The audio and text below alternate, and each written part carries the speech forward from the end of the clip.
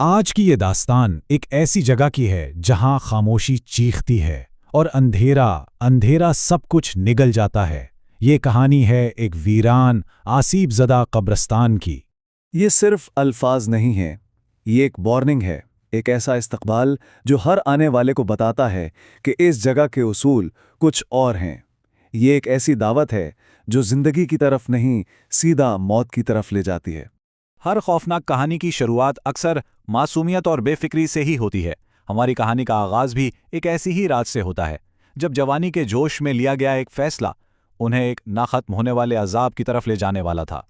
तो किस्सा कुछ यूं है कि रात के तकरीबन 12 बज रहे थे। 3 दोस्त अमन, रोहन और साकिश शहर से दूर एक लंबी ड्राइव पर थे। हंसी मजाक चल रहा था, गाने चल रहे थे, माहौल में कोई डर नहीं था, सिर्फ बेफिक्री थी। और फिर बातों बातों में जिक्र छिड़ गया भूत प्रेत का।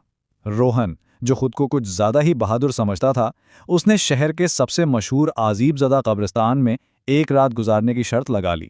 अमन और साक्षी ने बहुत रोका, बहुत समझाया, लेकिन शर्त का जोश था, दोस्तों की नोकझोंक थी, और बस वो लोग उस खतरे की तरफ बढ़ गए। और यूं हंसी मजाक के पीछे छुपाया अनजाना सा खौफ उन्हें उस मंजिल की तरफ खींच ले गया जहां से वापसी शायद मुमकिन ना थी। जैसे जैसे शहर की रोशनियां पीछे छूटती गई ना, गाड़ी एक ऐसे अंधेरे में दाखिल हो गई जो सिर्फ सड़क का नहीं बल्कि उनकी किस्मत का भी था। ये कब्रिस्तान कोई 40 साल पुराना था और मुकम्मल तौर पर वीरान। लोग कहते थे कि यहाँ रात को अजीबो-गरीब आवाजें आती हैं। और देखें किस्मत, जैसे ही वो कब्रिस्तान के बोसीदा जंग-आलूद गेट के सामने पहुंचे, उनकी गाड़ी एक झटके से खुद ब खुद बंद हो गई। गाड़ी से उतरते ही उन्हें एक अजीब सी खामोशी ने घेर लिया। वो वाला सन्नाटा जो कानों में बजता है, सिर्फ झिंगरों की आवाजें और हवा की सरसराहट। दूर दूर तक कोई इंसान नहीं था।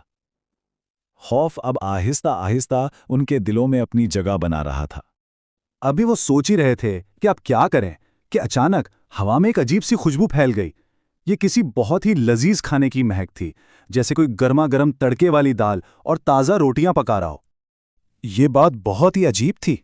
इतनी रात को एक वीरान कब्रिस्तान के अंदर भला कौन खाना पका सकता है?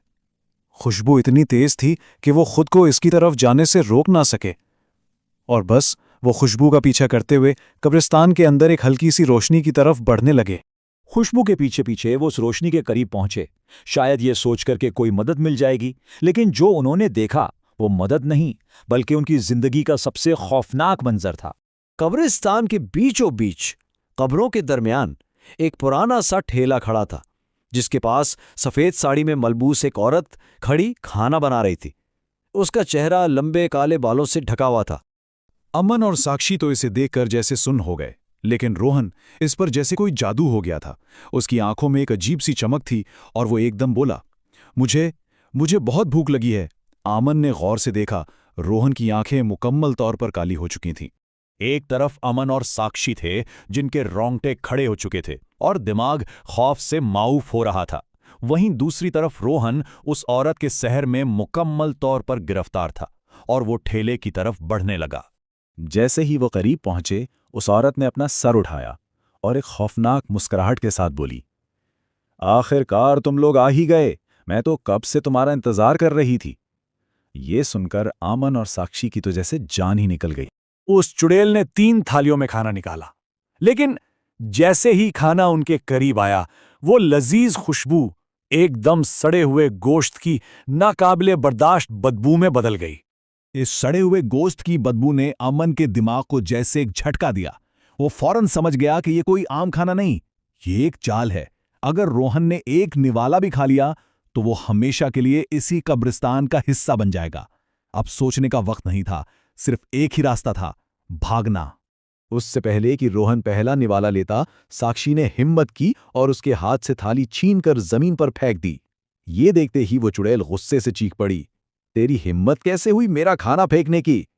अमन ने एक लम्हा जाया किए बगैर रोहन को पकड़ा और उसे जबरदस्ती घसीटते हुए कब्रिस्तान के गेट की तरफ भागा। साक्षी चीखती रही, लेकिन अमन जानता था कि पहले रोहन को इस जादू से निकालना होगा। जैसे ही उन्होंने कब्रिस्तान की हद पार की, रोहन बेहोश होकर गिर पड़ा। चुड़ैल का जादू टूट चुका था। अमन ने उसे गाड़ी के पास छोड़ा और अपनी दोस्त साक्षी को बचाने के लिए वापस उसी जहन्नम में दौड़ पड़ा। अब ये सिर्फ बचने की लड़ाई नहीं थी, ये वक्त के खिलाफ एक दौड़ थी। अंदर चुड़ैल साक्षी को अपने काबू में कर चुकी थी कि अमन वहां पहुंच गया। उसके हाथ में वही पुरानी माला थी जो उसे कब्रिस्तान के गेट पर लटकी मिली थी, उनकी आखिरी उम्मीद।